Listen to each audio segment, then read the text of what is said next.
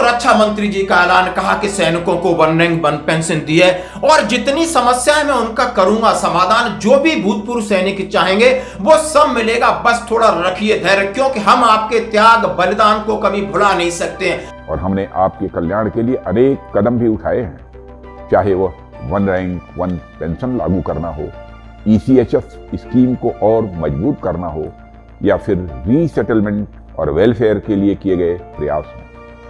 हमारी सरकार द्वारा उठाए गए कदमों और वेलफेयर ओरिएंटेड स्कीम्स के बारे में आपको पता ही होगा और मुझे इस मंच से इसको बताने की आवश्यकता। और ये पूरा वीडियो आपको देखना होगा। और ये वीडियो उन्होंने राष्ट्रीय अधिवेशन था, राष्ट्रीय सैनिक सम्मान, यानी राष्ट्रीय सैनिक सम्मान जिसमें भूतपूर्व सैनिक थे, वीर नारी थी, और सभी उन्होंने कहा आप एक्स सर्विस में नहीं है, आज भी आपके अंदर देशभक्ति की भावना कूट कूट कर भरी है, और यही डेडिकेशन, यही अनुशासन आपको महान बनाता है। कहने को आप एक्स सर्विसमैन है, लेकिन जब भी मैं देखता हूं, चाहे वो सर्विंग सोल्जर है, रिटायर्ड सोल्जर है, कोई भी भेदभाव, कोई भी बदलाव नहीं है।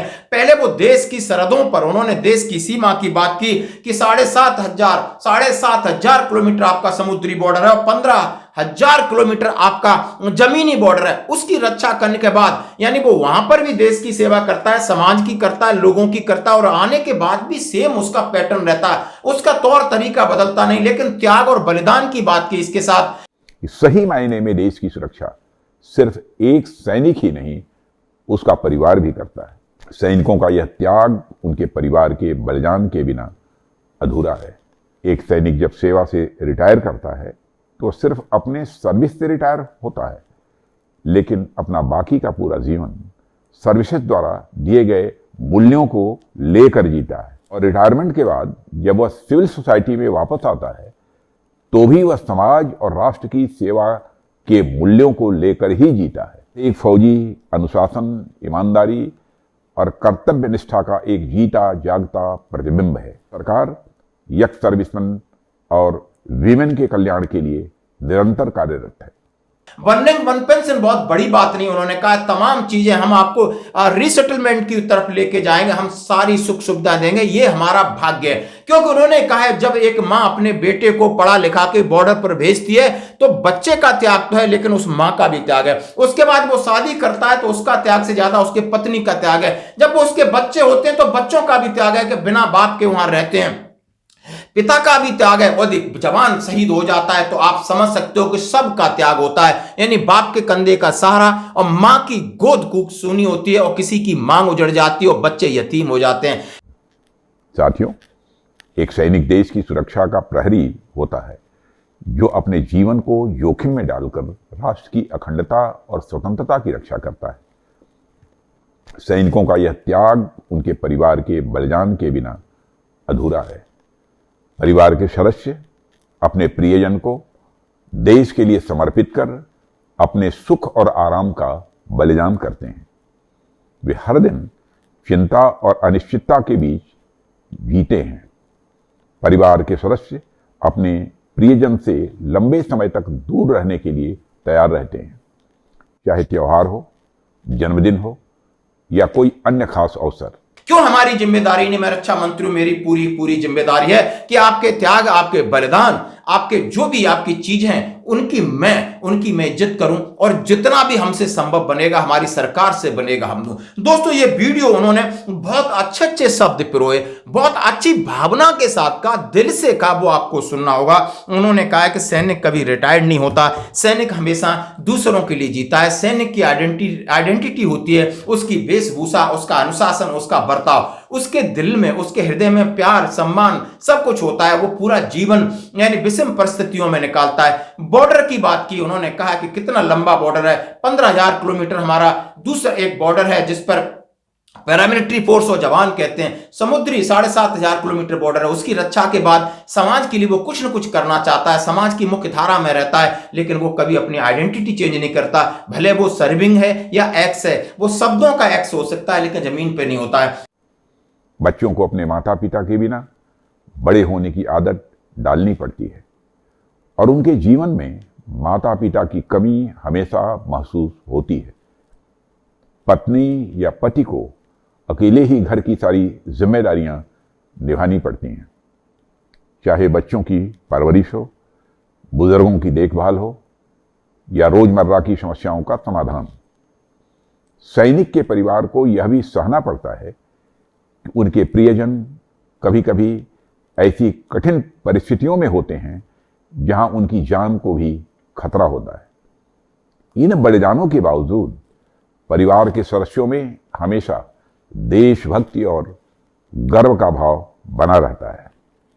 उनका यह त्याग न केवल सैनिक को अपने कर्तव्यों को निभाने में सक्षम बनाता है, बल्कि पूरे देश को यह संदेश देता है कि सही मायने में देश की सुरक्षा सिर्फ एक सैनिक ही नहीं, उसका परिवार भी करता है। उन्होंने इस राष्ट्रीय अधिवेशन में वहां से सैनिक जितने भी सर्विसमैन थे, वीर नारियों के, उनके कल्याण की उन्होंने बातें कही। उन्होंने कहा राष्ट्रीय सैनिक संस्थान के जो वीर चक्र विजेता कर्नल तेजेंद्र पाल ने ये आयोजन रखा था, उनको इनवाइट किया और वहां से उन्होंने देश के सभी सैनिकों के लिए ये संदेश दिया।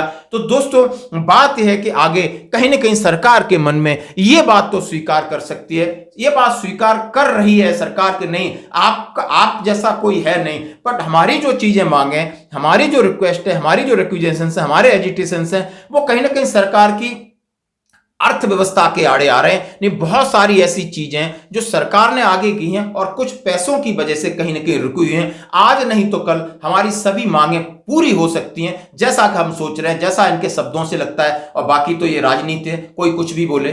धन्यवाद। नमस्कार। हमारे एक्स सर्विसमैन, शहीदों और वीर नारियों के लिए कार्य करने वाली संस्था राष्ट्रीय सैनिक संस्थान के 17th नेशनल कॉन्फ्रेंस के अवसर पर इस वीडियो के माध्यम से आपको संबोधित करते हुए मुझे प्रसन्नता हो रही है। मुझे यह जानकर भी प्रसन्नता है कि आपकी संस्था यक्स सर्विसमैन के कल्याण की दिशा में अच्छे अच्छे काम कर रही है। साथियों, आज का दिन एक अन्य कारण से भी विशेष है। यूनाइटेड नेशंस की जनरल असेंबली ने भारत के साथ मिलकर 21 दिसंबर को वर्ल्ड मेडिटेशन डे घोषित किया है और मुझे यह जानकर खुशी है, राष्ट्रीय सैनिक संस्था ने भी अपने राष्ट्रीय अधिवेशन के लिए आज का ही दिन चुना है। और इस अधिवेशन के लिए मैं संस्था के राष्ट्रीय अध्यक्ष, वीर चक्र प्राप्त कर्नल तेजेंद्र पाल त्यागी और संस्थान के सभी सदस्यों को हार्दिक बधाई देता हूं। मित्रों, आप भारत की सरहद पर तैनात सिपाहियों के शौर्य की कहानी रोज सुनते होंगे। भारत की समुद्री सीमा 7,500 किलोमीटर से अधिक है और 15,000 किलोमीटर से ज्यादा हमारे लैंड बॉर्डर्स हैं। हमारी सीमाएं सुरक्षित हैं क्योंकि हमारे सैनिक वहां पर मुस्तैद हैं। साथियों, एक सैनिक जब सेवा से रिटायर करता है तो सिर्फ अपने सर्विस से रिटायर होता है, लेकिन अपना बाकी का पूरा जीवन सर्विसेज द्वारा दिए गए मूल्यों को लेकर जीता है। समाज सेवा और राष्ट्र सेवा दो अलग अलग चीजें नहीं हैं और बॉर्डर पर रहकर भी वह समाज की ही सेवा करता है। और रिटायरमेंट के बाद जब वह सिविल सोसाइटी में वापस आता है तो भी वह समाज और राष्ट्र की सेवा के मूल्यों को लेकर ही जीता है। वो अपने गांव, कस्बे, सुदूर क्षेत्रों में एक मॉडल सिटीजन के रूप में देखा जाता है।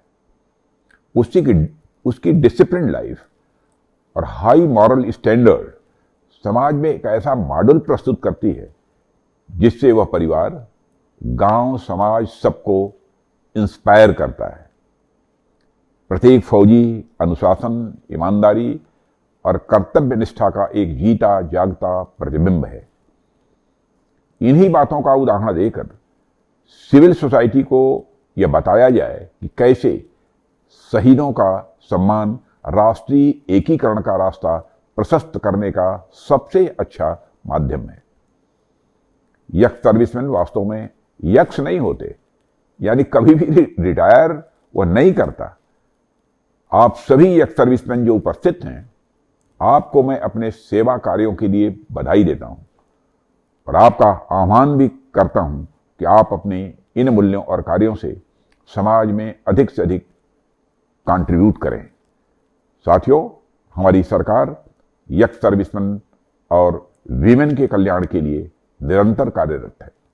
और हमने आपके कल्याण के लिए अनेक कदम भी उठाए हैं, चाहे वह वन रैंक वन पेंशन लागू करना हो, ECHS स्कीम को और मजबूत करना हो, या फिर रीसेटलमेंट और वेलफेयर के लिए किए गए प्रयास हों। हमारी सरकार द्वारा उठाए गए कदमों और वेलफेयर ओरिएंटेड स्कीम्स के बारे में आपको पता ही होगा और मुझे इस मंच से इसको बताने की आवश्यकता